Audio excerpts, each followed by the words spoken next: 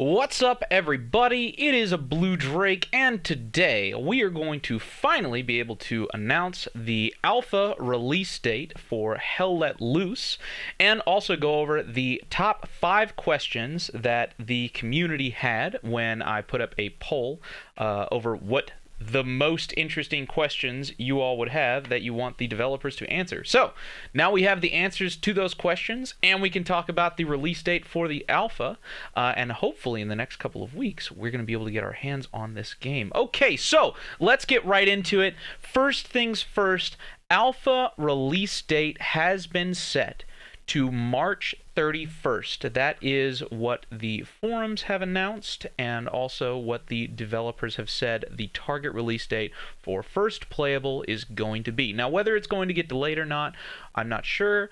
Hopefully not, but if it is, then hopefully everybody will be understanding, as these things can be unpredictable and chaotic, as is the life of game development. And moving on, let's go into the top 5 questions that you guys had. I put up a poll on the YouTube channel community section asking what are the biggest questions you guys have for the developers, and I sent them all of those questions, and they sent me back the answers. The questions were, the first question was, will the maps have destructible environments? The second question was, will the vehicles have interiors? Thank you for asking that question. The third question was, does every squad have radio communication with other squads and the commander? The fourth question was, will there be aircraft in the game? The fifth question was, are there going to be airborne teams, like the ability to paradrop in units, etc. And I sent these to my friend Max, who works on the game, and he was kind enough to do a full write-up for all of the answers to these questions. So the first question was, will the maps have destructible environments? And Max's answer was, currently only key strategic features such as bridges will be destructible.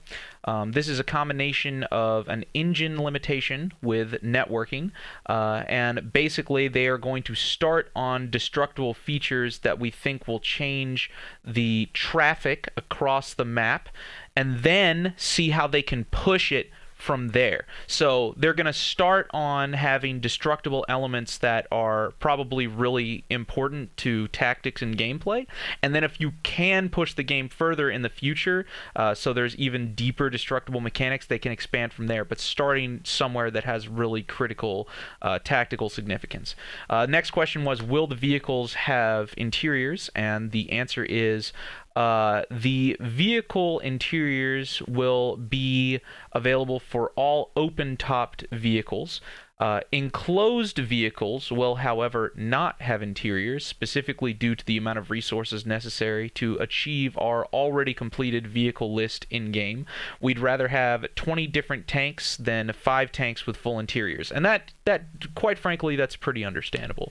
And then hopefully in the future, maybe they can update the game to have more interiors as, you know, the game succeeds. Possibly. I mean, we've already seen that Arma 3 just released all of their vehicle interiors after the game has obviously reached a certain amount of success where they have the resources to put into that, and I'm totally fine with that. Number 3. Does every squad have radio communications with other squads and the commander? And the answer to that is, communications work identically to Project Reality. So in terms of in-game communications, you're going to see pretty much the exact same kind of features that you would expect from Project Reality, which, hey, I am all about. Now, next question, will they be adding aircraft to the game? And the answer to this is the aircraft that are going to be added are not going to be flyable aircraft. You will be able to call in supply drops, and you will be able to call in strafing runs from AI, but you're not going to have full pilotable aircraft, which again I think is totally reasonable. Maybe in the future, who knows, but I think for a first release that's totally reasonable. Fifth question is, are there going to be airborne teams and paratroopers?